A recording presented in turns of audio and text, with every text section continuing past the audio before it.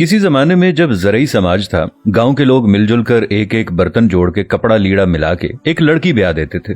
हर एक फर्द की तरफ से जो भी कुछ दिया जाता था वो बेटी या बेटे वाले की तरफ से बाजी होती थी, जिसका मतलब था कि आज हम दे रहे हैं, कल ये हमारे बेटे या बेटी की शादी पे हमें मिलेगी। ये एक तरह की कमेटी होती थी।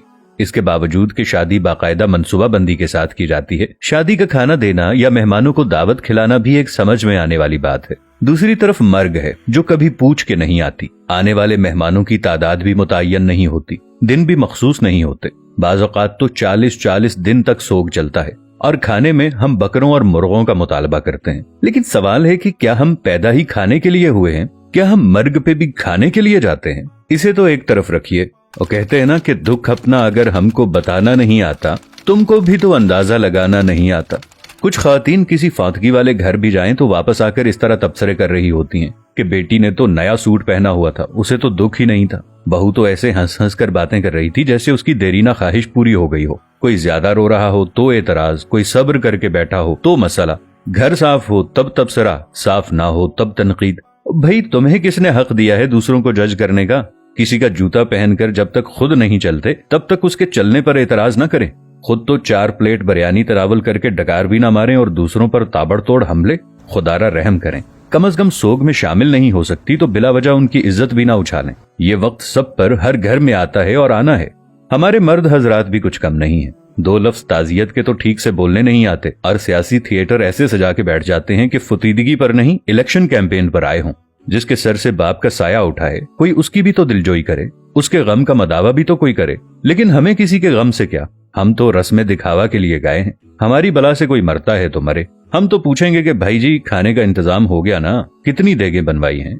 10 देगें तो कम हैं, बरादरी भी है, महल्लेदारी भी है। वो बेचारा बाप के शोक को भूलकर इस परेशानी में लग जाता है कि कहां से कर्ज पकड़ूं, क्योंकि खाना सही ना बनाया तो बातें होंगी कि सारी जिंदगी बाप का खाया, मरने पर रोटी भी सही ना दे सका। हमें सोचना होगा कि कौन लोग हैं हम। मुसलमान तो दूर, क्या हम इंसान भी हैं?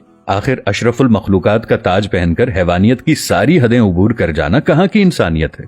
मैंने मैयत के घर में ऐसी आवाजें भी सुनी हैं। जो देग पर बांटने में लगा हुआ होता है उसे कहा जाता है कि जरा प्लेट में 4 बोटियां ज्यादा डाल देना। वो दामाद भी आया है, उसे भी खाना देना है। वो बेटी जो माँ या बाप की मैयत पर रो रो कर हलकान हो रही थी, जैसे ही जनाजा उठता है तो वो सारा गम पसे पुश्त डालकर खाना तकसीम करने में लग जाती है कि ससुराल वाले भी आए हैं, उन्हें खाना न मिला तो सारी जिंदगी बातें सुनने को मिलेंगी कि तेरे बाप की मैयत पर तो हमें खाना भी नहीं पूछा किसी ने। मैंने इस बात पर भी तबसरे सुने हैं कि सालन में तो तरी ही नहीं थी, हमारी प्लेट में तो बस शोरबा ही आया।